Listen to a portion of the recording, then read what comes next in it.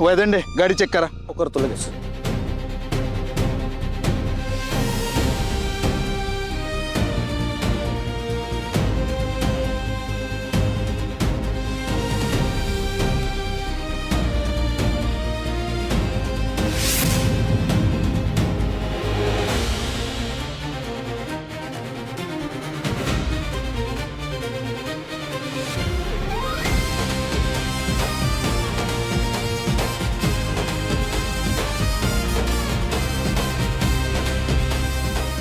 साहेब हे सापडलं.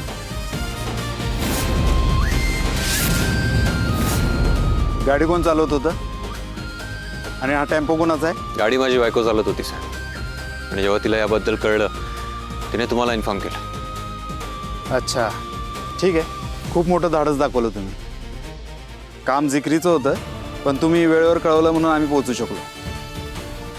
तुमच्यासारखी माणसं आहेत म्हणूनच आम्ही गुन्हेगारापर्यंत लवकर पोहोचू शकतो. आभारी आहे. तुम्ही जाऊ शकता. आता यांच्याकडे आम्ही बघतो. ओके चल.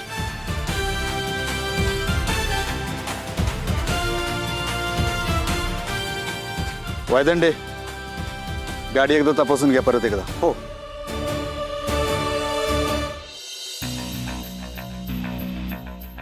वाह सर, काय हिरो सारखे आलाय तुम्ही मला वाचवायला. मला जाम भारी वाटलं. नाही, सुरुवातीला मी खूप घाबरले होते बरं का. म्हणजे मला असं वाटलं की माझा प्लॅन फेल जातोय का काय.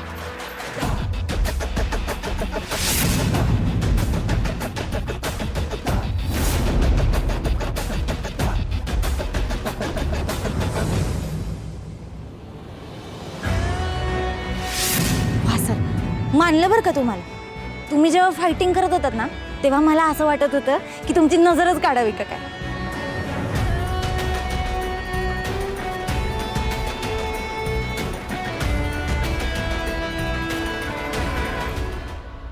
सर ओ काय झालं?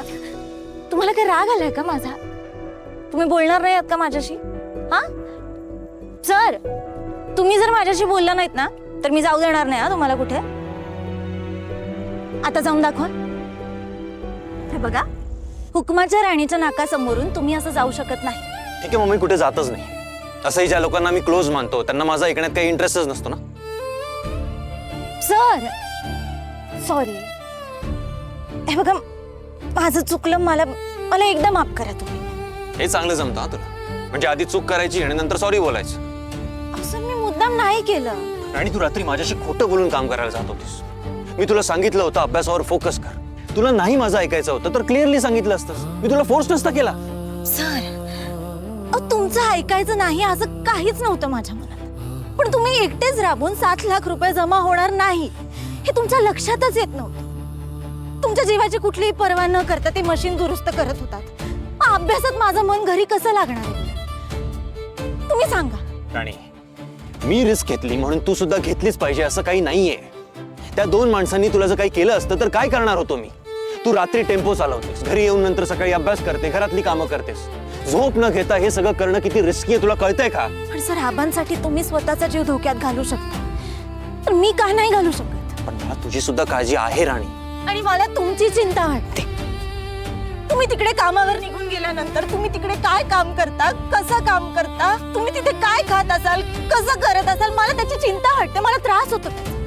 आणि आपण दोघांनी प्रॉमिस केलं ना आबांना की आपण त्यांच्या ऑपरेशनसाठी पैसे उभे करू. मग आपण दोघांनी थोडी थोडी मेहनत केली तर काय हरकत आहे? अगं आपणसाठी एफर्ट्स घेणं आणि तू हे जे काही केलंयस त्यात खूप डिफरन्स आहे राणी. तुला जर माहित नसतं की त्या टेम्पोमध्ये ड्रग्ज आहेत आणि पुढे जाऊन पोलिसांनी तुला पकडलं असतं तर तू कायमची अडकली असतीस त्यात. मग काय करणार होतो मी?